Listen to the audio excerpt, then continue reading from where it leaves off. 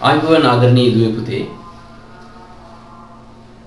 ගුරුගෙදර අධ්‍යාපන තක්ෂලාවේ ඉතිහාස විෂයට සම්බන්ධ පාඩම් මාලාවේ තවත් අධීරයක් එක්ක ඔබ අප හමුවන මොහොතයි මේ.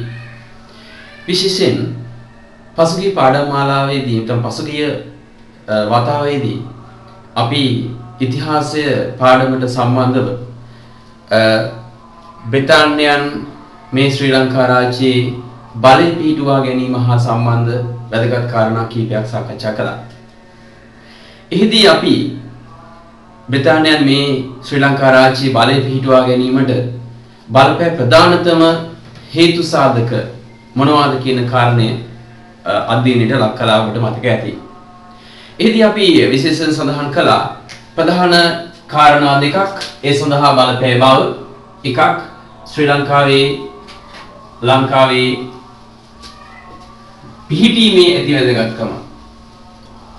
පිහිටීමේ වැදගත්කම.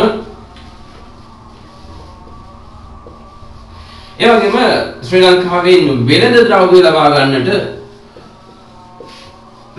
ඇති හැකියාව යන අංශ එතන ප්‍රධාන කාරණා දෙක තමයි ශ්‍රී ලංකාවේ බලය පිහිටුවා ගන්නට විශේෂයෙන් බ්‍රිතාන්‍යයන්ට බලපෑවේ කියන කාරණය ඉගෙන ගත්තා.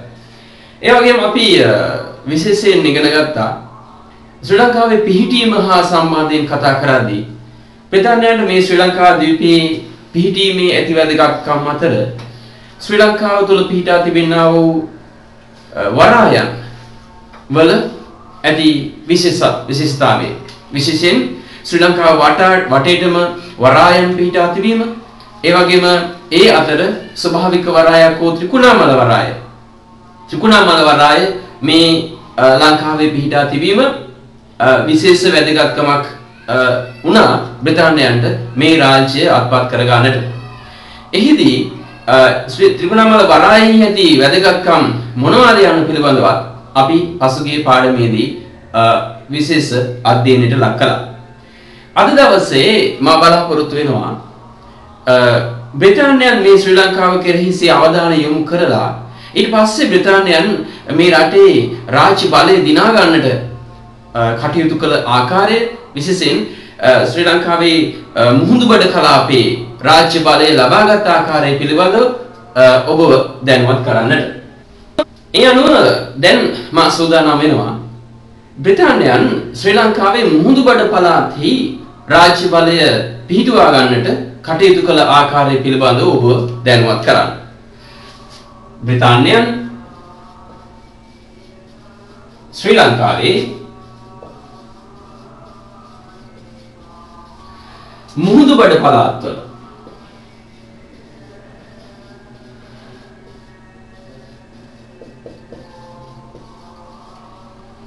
බලය පිහිටවීම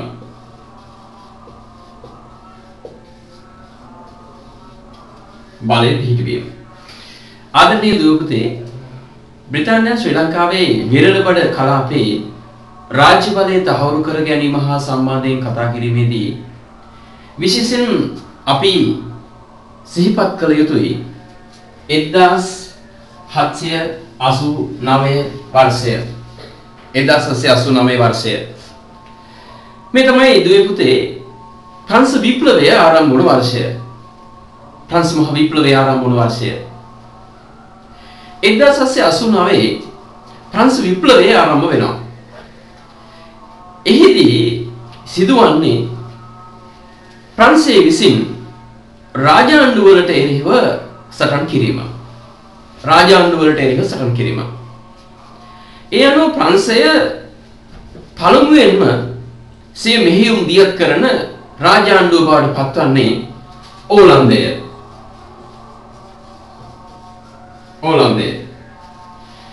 ඒ අනුව ඕලන්දයට එරෙහිව ප්‍රංශය දැන්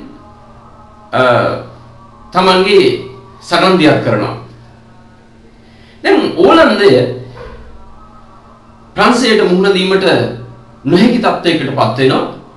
මෙහිදී ඕලන්දේ පාලකයාව හිටිය ඕලන්දේ රජතුමා එහෙම නැත්නම් ඔරෙන්ජි විලියම් කුමාරයා එහෙම නැත්නම් පස්වන විලියම් කුමාරයා. ඔහු පස්වන විලියම් කුමාරයා දැන් ප්‍රංශයට මුහුණ දෙන්නේ නොහැකිව ඕලන්දයෙන් පැනලා යනවා. දැන් ඕලන්දයෙන් පැනලා යන පස්වන විලියම් කුමාරයා එහෙම නැත්නම් ඕලන්දේ රජතුමා යන්නේ එංගලන්තයට. එංගලන්තයට පැනලා යන පස්වන විලියම් කුමාරයා එහෙම නැත්නම් ඕලන්දේ රජතුමා එංගලන්තේ ඉඳලා තමන්ගේ ආරක්ෂාව තහවුරු කරගන්නවා එංගලන්තේ ආධාර ඇතිව. එතකොට මෙන්න මේ කාල වකවානු වෙන විට ඒ කියන්නේ ප්‍රංශය ඕලන්දයට එරෙහිව සටන් දියත් කරන කාල වකවානු වන විට ලංකාවේ මුහුදුබඩ ප්‍රදේශවල පාලනය බාරගෙන හිටියේ ඕලන්ද ජාතිකයන්. ඕලන්ද ජාතිකයන්. දැන් ලංකාවේ පහතරට ප්‍රදේශ ඕලන්ද ජාතිකයන් පාලනය කරනවා. බ්‍රිතාන්‍යයත් ශ්‍රී ලංකාව යටත් කර ගැනීම සඳහා ඔවුන්ගේ ඇස ලංකාව කෙරෙහි යොමු කරලා තිබෙනවා. විශේෂයෙන් ශ්‍රී ලංකාව ලෝකේ ජනප්‍රිය වෙලා තිබුණේ පෙරදිග කුරුඳු නිෂ්පාදනය කරන ඉතාමත්ම හොඳ රටක් හැටියට. ඒ නිසා බ්‍රිතාන්‍යයන්ගේ ඇස ලංකාව කෙරෙහි යොමු වෙලා තියෙන වෙලාවේ ප්‍රංශයට බයේ ඕලන්ද රජතුමා එංගලන්තයට ගිහිල්ලා මේ වෙලාවේ බ්‍රිතාන්‍යයන් කල්පනා කරනවා දැන් අපිට හොඳ අවස්ථාවක් ඇවිල්ලා තියෙනවා. ඒ තමයි ඕලන්ද රජතුමා දැන් ඉන්නේ අපි ළඟ. ස්ථිරවම ඕලන්දය ප්‍රංශයට යටත් වෙනවා. ඒ අනුව ඕලන්දයේ පාලන ප්‍රදේශයක් වූ ලංකාවේ මුහුදුබඩ කලාපයත් අනිවාර්යෙන්ම ප්‍රංශයට යටත් වෙනවා. ඒ නිසා මේ ප්‍රංශයට ලංකාවේ පාලන ප්‍රදේශ යටත් වීම වළක්වාගෙන ඒ ප්‍රදේශ ටික ඉංග්‍රීසි පාලනයට එහෙම නැත්නම් එංගලන්තයට අයිති කරගත්තොත් හොඳයි කියලා එංගලන්ත ජාතිකයන් හිතනවා. එංගලන්ත ජාතිකයන් කරන්නේ තමන් ළඟ ආරක්ෂාව පතා ගිහිල්ලා ඉන්න ඕලන්ද රජු ගාවට යනවා. ගිහිල්ලා කියනවා දැන් ඔබේ රට මෙහෙම ප්‍රංශයට යටත් වෙලා ඉවරයි. තව ටික දවසක් යනකොට ඔබට අයිතිව තියෙන ලංකාවේ පාලන ප්‍රදේශ ටිකත් ප්‍රංශයට යටත් වෙනවා. ඒ නිසා ප්‍රංශයට යටත් වෙන ලංකාවේ පාලන ප්‍රදේශ ටික අපට දෙන්න. මෙහෙම ඉල්ලීමක් කරනවා එංගලන්ත ජාතිකයන් තමන් ළඟ ඉන්න ඕලන්ද රජුගෙන්. ඕලන්ද රජතුමා ඒ සඳහා යහපත් ප්‍රතිචාරයක් දක්වනවා. ඔහු තීරණය කරනවා ඒ ලංකාවේ පහතරට පාලන ප්‍රදේශය කියන්නේ මුහුදුබඩ කලාපයේ පාලන ප්‍රදේශ ඉංග්‍රීසින්ට පවරා දෙන්න. ඔහු වහාම ලිපියක් ලියනවා. ඒ ලිපිය සඳහන් කරනවා ලංකාවේ මුහුදුබඩ පාලන ප්‍රදේශ ප්‍රංශයට යටත් වීම වැළැක්වීම සඳහා අදාළ පාලන ප්‍රදේශ ඉංග්‍රීසින්ට බාර දිය යුතුයි කියලා. ඉංග්‍රීසින්ට බාර දිය යුතුයි කියලා. දැන් මෙතුමා ඒ කියන්නේ පස්වන විලියම් කුමාරයා ඕලන්දේ මේ ලිපිය ලියන්නේ කිව් මාලිගාවේදී. කිව් මාලිගාවේ ඉඳලා ලියන මේ ලිපිය හඳුන්වනවා කිව් ලිපිය කියලා.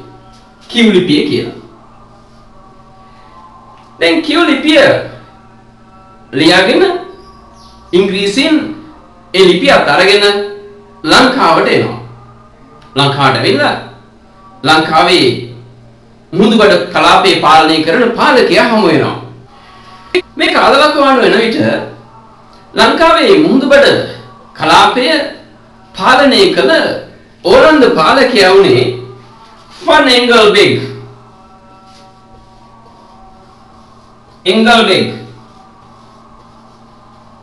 දැන් බ්‍රිතාන්‍යයන් එහෙම නැත්නම් එංගලන්ත ජාතිකයන් එහෙම නැත්නම් ඉංග්‍රීසීන් අර පස්වන විලියම් කුමාරයාගෙන් ලබා ගන්න කිව් ලිපියත් අරගෙන ලංකාවට ඇවිල්ලා මේ ලංකාවේ පහතරට කලාපයේ පාලකයාව හිටපු ෆන් එන්ගල්බෙග්ව හමු වෙනවා. හමු වෙලා ඒ ලිපිය බාර දෙනවා එන්ගල්බෙක්ට. එන්ගල්බෙක් ඒක ලිපිය බලනවා. බලන ඉවරලා ඔහු ඒ පිළිබඳව සෑහීමකටපත් වෙන්නේ නැහැ. ඔහු ඒ සඳහා අකමැත්ත ප්‍රකාශ කරනවා. එහෙම වුණත් ඉංග්‍රීසියෙන් තමන්ගේ සටන අත්හරින්නේ නැහැ. ඔවුන් වහාම ක්‍රියාත්මක වෙනවා. මේ කාලවකවානුව වෙන විට ප්‍රංශය ඕලන්දයට එරෙහිව සටන් කරලා ඕලන්ද යටත් කරගෙන හමාරයි. තව සුළු දවසකින් ටික දවසකින් අනිවාර්යයෙන්ම ලංකාවේ මුහුදුබඩ කලාපයේ පාලනයත් ඉංග්‍රීසීන් යටතට ප්‍රංශ ජාතිකයන් යටතටපත් වෙනවා. ඊට මත්තෙන් ලංකාවේ පාලන කලාපයේ පාලන ප්‍රදේශයේ ඉංග්‍රීසීන්ට පාර ගන්නට හිතන ඉංග්‍රීසීන් එන්ගල්බෙක් කියන කතාවට අනුගත නොවි වහාම ඕලන්ද ජාතිකයන් එරෙහිව සටන් කරනවා. ඒ අනුව 1795 වන විට 1795 වෙන විට ලංකාවේ ත්‍රිකුණාමල වරාය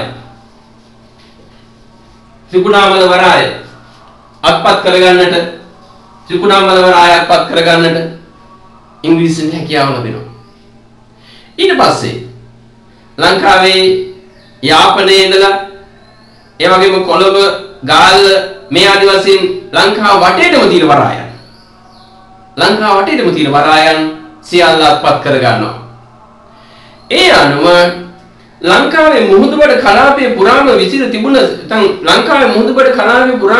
වරායන් අත්පත් කර ගැනීමත් එක්ක එතෙක් ඕලන්ද ජාතිකයන් අතර තිබුණ ලංකාවේ මුහුදුබඩ කලාපයේ පාලන බලය ඉංග්‍රීසින් අතටපත් වෙනවා. ඒ නිසා 1796 පෙබරවාරි මාසයේ වන විට ඉංග්‍රීසින්ට හැකියාව ලැබෙනවා ලංකාවේ මුහුදුබඩ කලාපය ඉංග්‍රීසින් යටතටපත් කරගන්නට, විශේෂයෙන් වරායන් සියල්ලක්ම ඔවුන් යටතටපත් කරගන්නට. ඉන් අනතුරුව ඔවුන්ට හැකියාව ලැබෙනවා ශ්‍රී ලංකාවේ මුහුදුබඩ කලාපයේ පාලනය බාර අරගෙන කටයුතු කරන්නට. ඒ නිසා තමයි අපි කියන්නේ ඉංග්‍රීසීන් මේ රටේ රාජ්‍ය බලයට එන්නේ 1796 කියලා. 1796 පෙබරවාරි මාසයේ තමයි ලංකාවේ වරායන් ඔක්කොම අල්ලගන්නේ. ඉන් පස්සේ තමයි ඔවුන් රාජ්‍ය බලය ක්‍රියාත්මක කරන්නට මේ ශ්‍රී ලංකාවේ ක්‍රියාකාරී ලෙස ඔවුන්ගේ රාජ්‍ය බලය රාජ්‍ය පාලනය ආරම්භ කරන්නේ. බ්‍රිතාන්‍යයන් 1796 දී ලංකාවේ මුහුදුබඩ කලාපයේ පාලනය බාර ගන්නවා. බ්‍රිතාන්‍යයන්ට මේ ලංකා රාජ්‍යයේ බලය තහවුරු කර ගන්නට උදව් උපකාර කරපු කණ්ඩායමක් හිටියා. ඒ අතරේ වැදගත් වූ කණ්ඩායම තමයි ඉංග්‍රීසි පෙරදිග ඉන්දීය වෙළඳ සමාගම. ඉංග්‍රීසි පෙරදිග ඉන්දීය වෙළඳ සමාගම.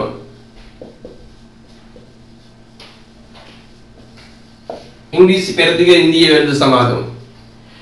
බ්‍රිතාන්‍යයන් ලංකාවේ රාජ්‍ය පාලනය අරගෙන ඉස්සෙල්ලම මේ රට පාලනය කිරීමේ කාර්යය බාර දෙන්නේ මේ ඉංග්‍රීසි පෙරදිග ඉන්දීය වෙළඳ සමාගමට.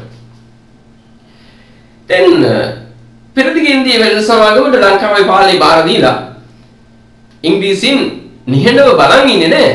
ලංකාව කෙරෙහි අවධානය යොමු කරමින් ඉන්නේ.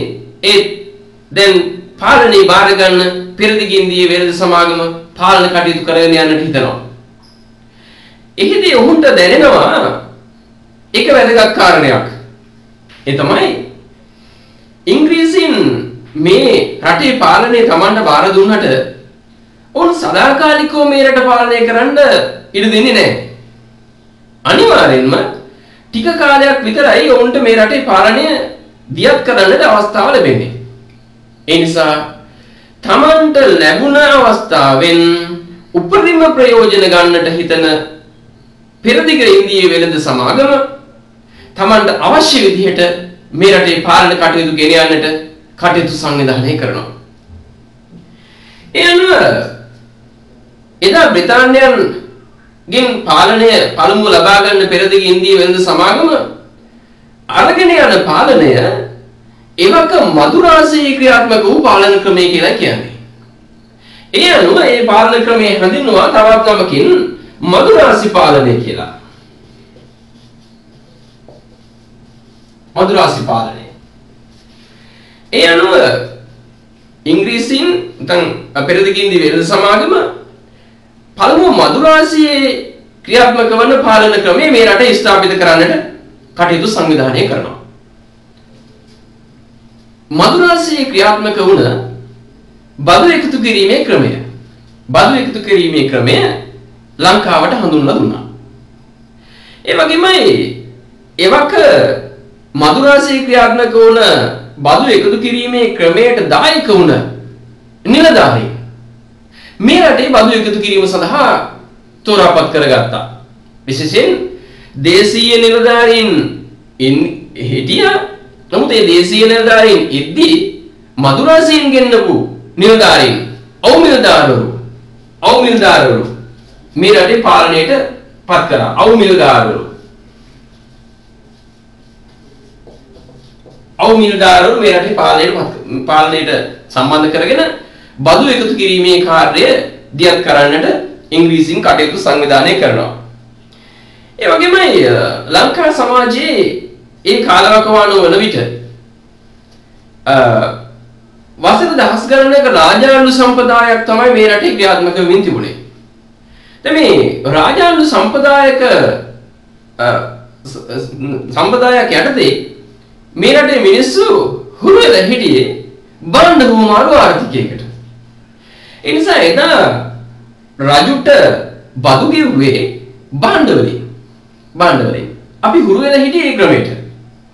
නමුත් දැන් මේ රටේ පාලනය බාර ගන්න මදුරාසී පාලකයන් එහෙම නැත්නම් පෙරදිග ඉන්දිය වෙළඳ සමාගම මේ රටේ අර බාණ්ඩවලින් බදු ගෙවීමේ ක්‍රමය වෙනුවට මුදලින් බදු ගෙවීමේ ක්‍රමයක් හඳුන්වලා දෙනවා.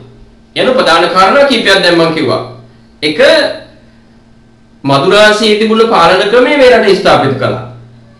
දෙක මදුරාසියේ පාලන ක්‍රමයට දායක වෙමින් බදු එකතු කිරීම සඳහා කටයුතු කළ බදු නිලධාරීන් අවුමිල්දාරවරු මේ ලංකා සමාජයට ගෙනල්ලා හඳුන්වලා දුන්නා.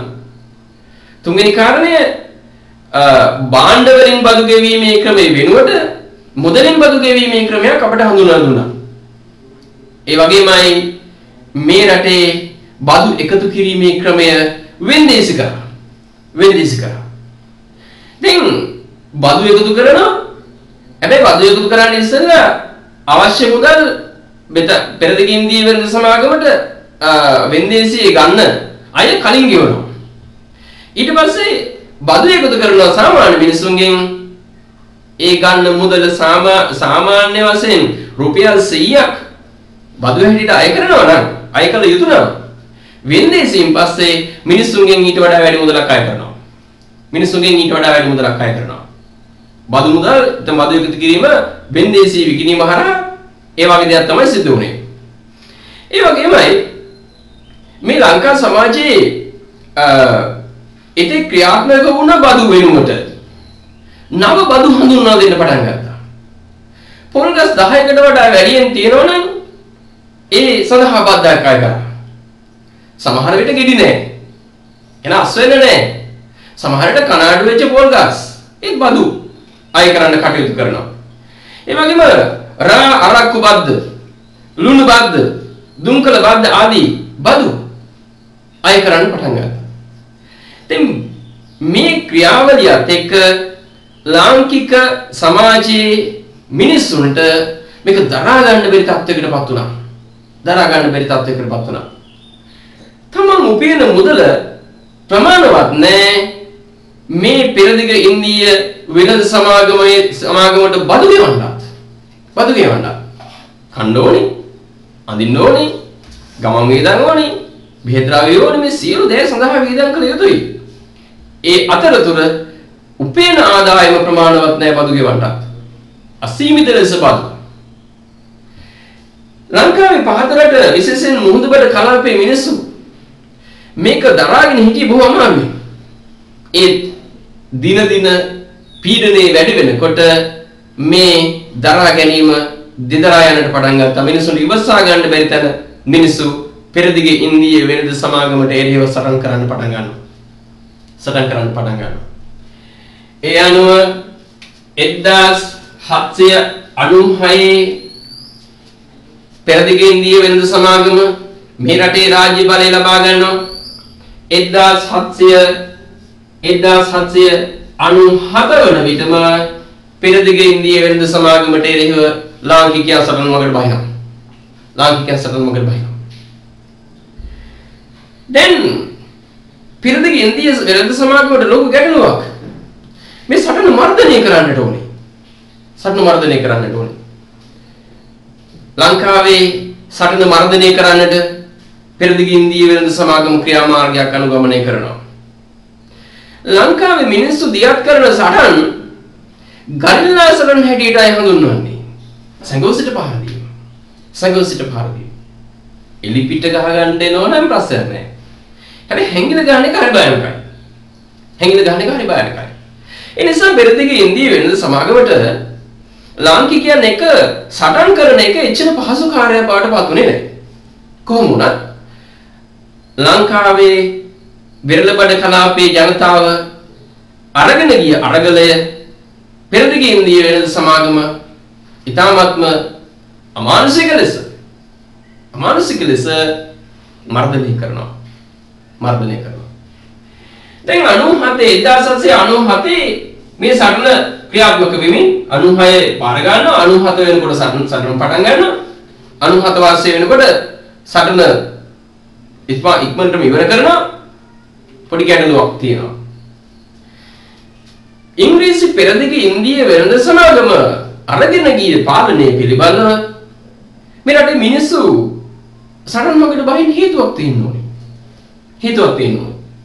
දැන් බ්‍රිතාන්‍ය පාලකයන්ට ඒ පිළිබඳ පොඩි ගැටලුවක් තියෙනවා. ඇයි ලංකාවේ විරලබඩ මිනිස්සු මේ අවුරුද්දක් ගත වෙනකොටම සටන් මගට බැස්සේ කියලා. මේ ගැන හොයලා බලන්න එදා බ්‍රිතාන්‍යයන් කමිෂන් සභාවක් පත් කරලා එවනවා. ඒ කමිෂන් සභාව හඳුන්වනවා The Muran Commission සභාව කියලා. Muran Commission සභාව. The Muran Commission සභාව කියලා හඳුන්වනවා. The Muran Commission සභාව ලංකාවට එනවා.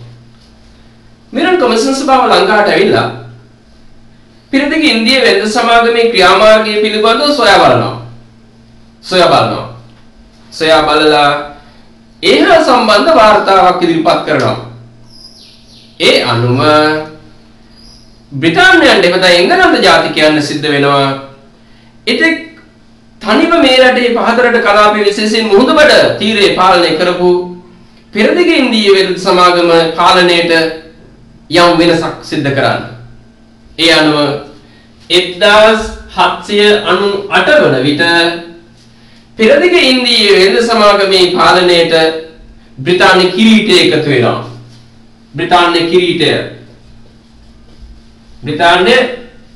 කිරීටය එකතු වෙනවා. එදා ඉඳලා ඒ කියන්නේ 1798 ඉඳලා පෙරදිග ඉන්දිය වෙළඳ සමාගමයි පෙරදිග ඉන්දිය වෙළඳ සමාගම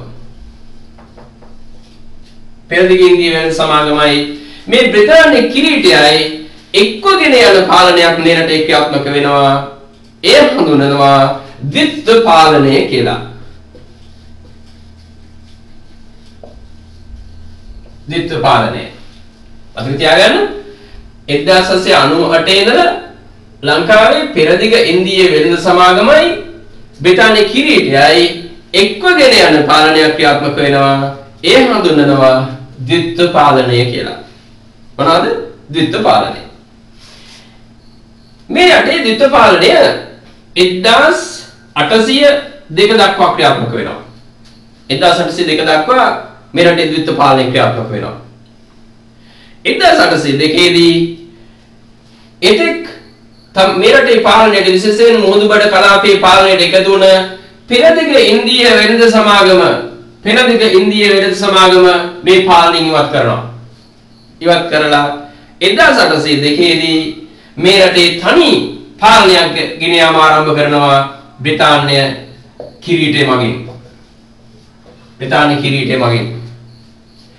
එනෝ ලංකාවේ 1802 දක්වා කාලය තුල ගෙන ගිය පාලනය හා සම්බන්ධයෙන් කතා කරද්දී 1796 දී පෙරදිග ඉන්දිය වෙළඳ සමාගම 1798 සිට 1802 දක්වා පෙරදිග ඉන්දිය වෙළඳ සමාගමයි බ්‍රිතාන්‍ය කිරීටියයි එක්ක ගෙන යන ද්විත්ව පාලනය ඒ වගේම 1802 දී බ්‍රිතාන්‍ය කිරීටය තනිව ගෙන යන පාලනයක් ආරම්භ කරනවා. ඒ කියන්නේ මේ රටේ රාජ්‍ය බලය තනිවම බ්‍රිතාන්‍යයන් ලබා ගන්නේ 1802 දී. ආදරණීය දුවපතේ දැන් අපි බලාපොරොත්තු වෙනවා බ්‍රිතාන්‍ය පාලනය පිළිබඳව ඔබේ අදහස නැත්නම් ඔබව දැනුවත් කරන්නට විශේෂයෙන් 1802 සිට 1815 දක්වා කාල වකවානුව තුළ මේ රටේ බ්‍රිතාන්‍යයන්ගෙන ගිය පාලනය පිළිබඳව ඔබ දැනුවත් කරන්නට. ආදරණීය දුවපතේ මම පෙර සඳහන් කළා 1802 දී බ්‍රිතාන්‍ය කිරීටය මේ රටේ පාලනය බාරගත් වග. විශේෂයෙන් බ්‍රිතාන්‍ය පාලකයන් නැත්නම් අගමැතිතුමා, ඇමති මණ්ඩලය, മന്ത്രിවරු මේ ඔක්කොම එකට එකතු වෙලා තමයි මේ රටේ පාලනයට දායක වෙන්නේ. මේ හැම කෙනාගේම දායකත්වයෙන් තමයි මේ රට පාලනය කරගෙන යන්නේ මේ කිරීටේ පාලනය තුළ. දැන් බ්‍රිතාන්‍ය කිරීටය ගෙන යන පාලනය මේ රටේ දියත් කරද්දී බ්‍රිතාන්‍යයන් මේ රට අත්පත් කර ගැනීමෙන් බලාපොරොත්තු ටිකක් තිබුණා. ප්‍රධාන වශයෙන් බලාපොරොත්තු වුණා මේ රට තුලින් තමන්ගේ මවුරට පෝෂණය කරන්න උවමනා කරන ආර්ථික ශක්තිය ලබා ගන්න. ඒ කියන්නේ මේ රටින් විවිධ භාණ්ඩ විශේෂයෙන් ලංකාවේ කුළු බඩ වර්ග, ඇද්දල, මැණික් මේවා අරගෙන ගිහිල්ලා තමන්ගේ මවුරට පෝෂණය කරන්න උන් බලාපොරොත්තු වුණා. නමුත් මේ ටික දැන් උන් දියත් කරගෙන යනවා, ඒ වැඩ ටික කරගෙන යනවා. ලංකාවේ පේදුරු තුඩුවේ සිට දෙවුන්දර තුඩුව දක්වා, කොළඹ සිට සංගමන් කන්ද තුඩුව දක්වා මේ පරාසය තුල කරගෙන යද්දී ඔවුන්ට මේ රටේ ගැටලු ගොඩකට මුහුණ දෙන්න සිද්ධ වෙනවා. ඒ අතර ප්‍රධානතම ගැටලුව තමයි මේ ලංකා රාජ්‍යයේ අපි මෙහෙම පොඩ්ඩක් කලින් මේ ලංකා රාජ්‍යයේ මේ මැද වෙනම රාජ්‍යයක් පිහිටා තිබීම. ලංකාවේ මැද වෙනම රාජ්‍යයක් තියෙනවා. ඒ තමයි කඳුරු රට රාජ්‍යය. දැන් බ්‍රිතාන්‍යයන් මේ රට අල්ලගත්ත කියලා කිව්වට ඕන් මේ රටේ පාලනය කරන්නේ මේ මුහුදු බඩ තීරේ පමණයි.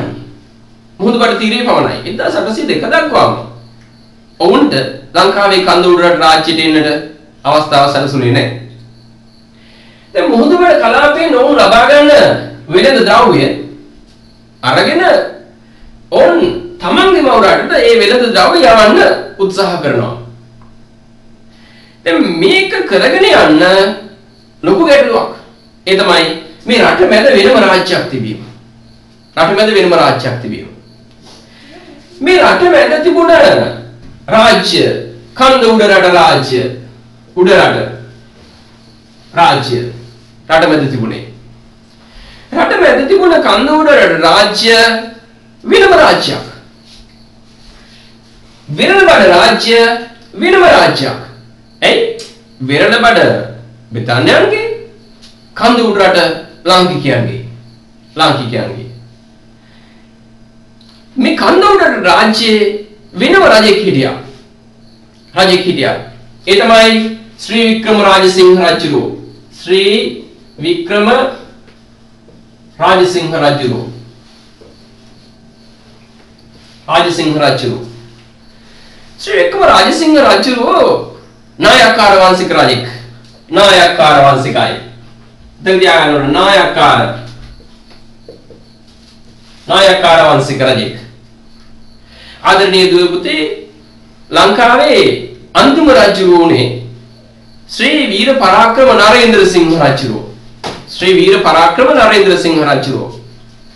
නරේන්ද්‍ර සිංහ රජුගෙන් පස්සේ මේ රටේ රාජ්‍යත්වයට පැමිණි රජවරු 4 දෙනෙක් හිටියා. ඒ 4 දෙනාම නායක්කාර වංශිකයි. නායක්කාර වංශිකයි. ඒ නායක්කාර වංශික රජවරු අතර ශ්‍රී විජය රාජසිංහ, කීර්ති ශ්‍රී රාජසිංහ, රාජාදි රාජසිංහ, ඒ වගේම ශ්‍රී වික්‍රම රාජසිංහ. 4 දෙනා. විජය රාජසිංහ, කීර්ති ශ්‍රී රාජසිංහ, රාජාදි රාජසිංහ සහ ශ්‍රී වික්‍රම රාජසිංහ. අන්තිම රජු ශ්‍රී වික්‍රම රාජසිංහ. දුවේ පුතේ මේ ලංකාවේ උඩරට නායක්කාර වංශික රාජ පරම්පරාවේ රාජ්‍යත්වයේ උරුමය පිළිබඳ පොඩි වෙනසක් දකින්න තියෙනවා.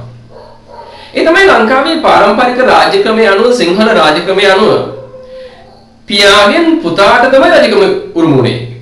පියාගෙන් පුතාට රජකම උරුමුණා.